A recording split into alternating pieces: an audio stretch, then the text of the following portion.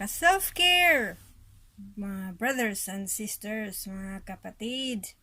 Hello friends! Nandito na naman tayo sa ating video sa araw na ito na pinamagatang nucleic acid. Ang nucleic acid ay isa sa mga categories ng organic molecules.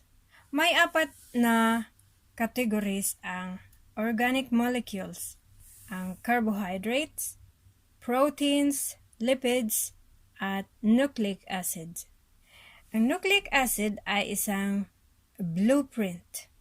Halimbawa, kung ikaw ay may background sa engineering, ang blueprint ng bahay ay gagawan ito ng copy ng bawat isa para ito ay gawing bahay. So, ang nucleic acid ay isa din blueprint kung saan binabase kung paano gagawin ang proteins ng cell. So, ang nucleic acid, sinasabi, contains instructions to build proteins built from DNA instructions. May dalawang types ng nucleic acid, DNA at RNA. So, ang nucleic acid ay composed of smaller units called nucleotides. Ang nucleotides, baka sabihin nosebleed. Ano lang naman yan, ang nucleo, ibig sabihin nasa nucleus. Tapos, ang tides, ang IDES, ides, ibig sabihin chemicals. Greek word ng chemicals. So, nucleotides, chemicals na nasa nucleus. Kasi unang natagpuan ng mga scientists ang mga chemicals na ito sa loob ng nucleus. Kaya tinawag na nucleotides. So, ang monomer ay nucleotide. Isa lang. Mono means isa. Mer, Greek na word na meros, ibig sabihin parts. So, isang part niyan ay nucleotide. So, ang polymer ay nucleic acid. Poly means marami, ang mer means part. So, maramihang parts. Halimbawa, ito yung nucleic acid. Pag isa lang siya, monomer na nucleotide. Pag pinagdikit-dikit na ang maraming nucleotide, nagiging nucleic acid, polymer. Ang strings of nucleotides ay tinatawag na nucleic acid. So, what's a nucleotide? A nucleotide is a monomer of nucleic acid. So, ito na nga, nucleotide. Ito na yung nucleotide structure. May sugar molecule, may phosphate group, at mayroon siyang nitrogen base na A. Ibig sabihin adenine. Ito na yung nucleotide na pinagsama-sama. Nagiging nucleic acid na siya pag ipinagsama. Meron siyang adenine na nitrogen base, mayroong thymine, C for cytosine, and G for guanine. So, punta tayo sa deoxyribonucleic acid.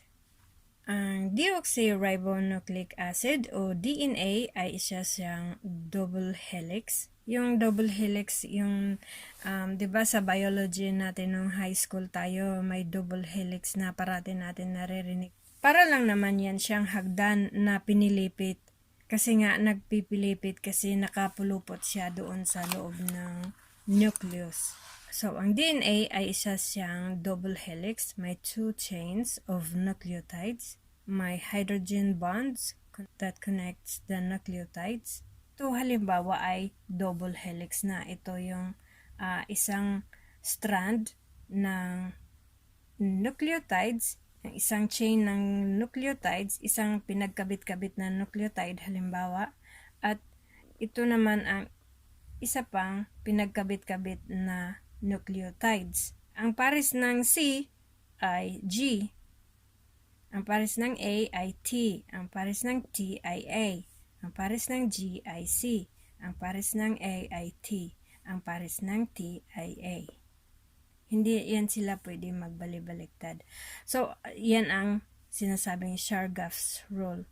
Yung scientist na nakadiscover nito ay hindi niya alam bakit na nagpares-pares sila. Pero sa kalaunan, yung ibang scientist na-discover nila na bakit kailangan silang magpares kasi pareho ang amount ng guanine sa isang nucleotide at pareho din ang amount ng cytosine sa isang nucleotide. So, binaband sila ng hydrogen.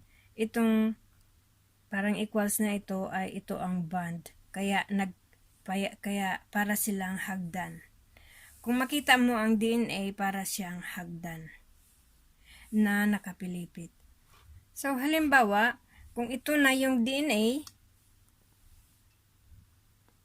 ang gene is a section of DNA that codes for protein. Ito na yung DNA. Itong strand na to, ito na yun siya, yung pinagkabit-kabit na nucleotide. Itong isa namang strand na to, ito na naman yung isang pinagkabit-kabit na nucleotide. So, parang hagdan yan sila kasi may bond yan dito, may hydrogen bond na parang ipinagdikit sila. Kaya para silang hagdan. So, ang gene ay kapiraso ng DNA. Ito yung parte ng DNA na tinatawag, halimbawa tawagin natin na gene A. Ang gene A ay mayroon siyang code para gumawa ng hemoglobin protein. Ang hemoglobin, di ba, yun ang nasa red blood cells na nagdadala ng oxygen sa lahat ng parte ng katawan. Tapos halimbawa ito yung gene B,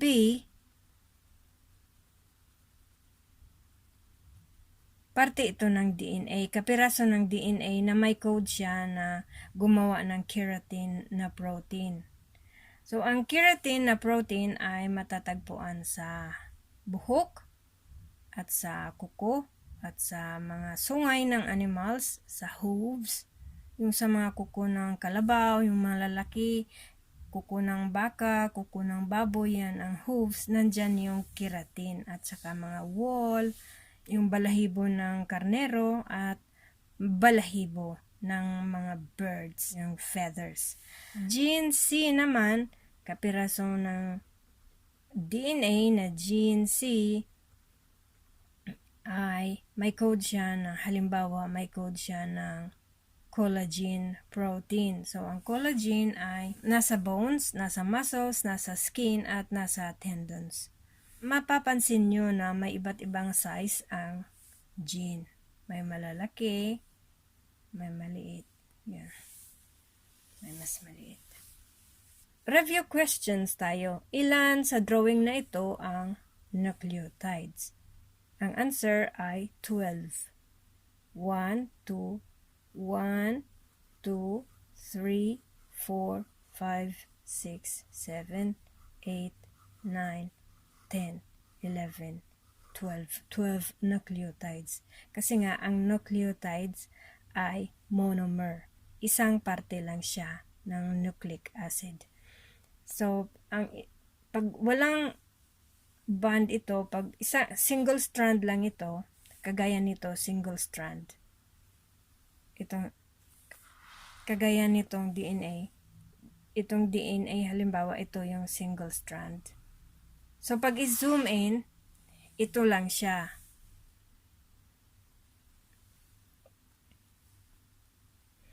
Ito lang siya. 1, 2, 3, 4, 5, 6. 6 nucleotides lang siya. Ito ay string of nucleic acid na tinatawag. So, ito rin ay string of nucleic acid din. Pag pinagsama sila, pinag-bond sila ng hydrogen bond dito, magiging DNA na siya, deoxyribonucleic acid. Deoxyribo meaning sugar, sugar, sugar, sugar, sugar, sugar, sugar. Sa isang strand naman, isang sugar, isang sugar, isang sugar, isang sugar, isang sugar. Deoxyribo means sugar. So, ang nucleic acid ay phosphate at ang mga bases. So, ito nga yung mga bases na ito, nitrogen base, itong CAT, GAT, GTA, CTA.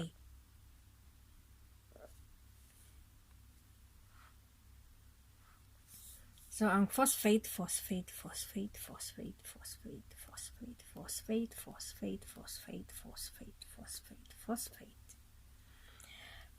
Ang DNA ay hindi naman talaga nosebleed eh. Napakasimple lang eh. Diba guys? Punta tayo sa ribonucleic acid. Diba mayroong 2 types of nucleic acid? Mayroong DNA at RNA. RNA, ribonucleic acid. Ang RNA ay may single chain of nucleotides. So, iisa lang siya. Hindi siya parang hagdan.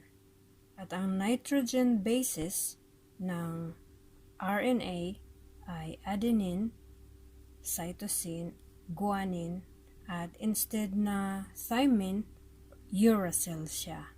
So, ang mga nitrogen bases niya ay adenine, uracil, guanine, cytosine, adenine, uracil.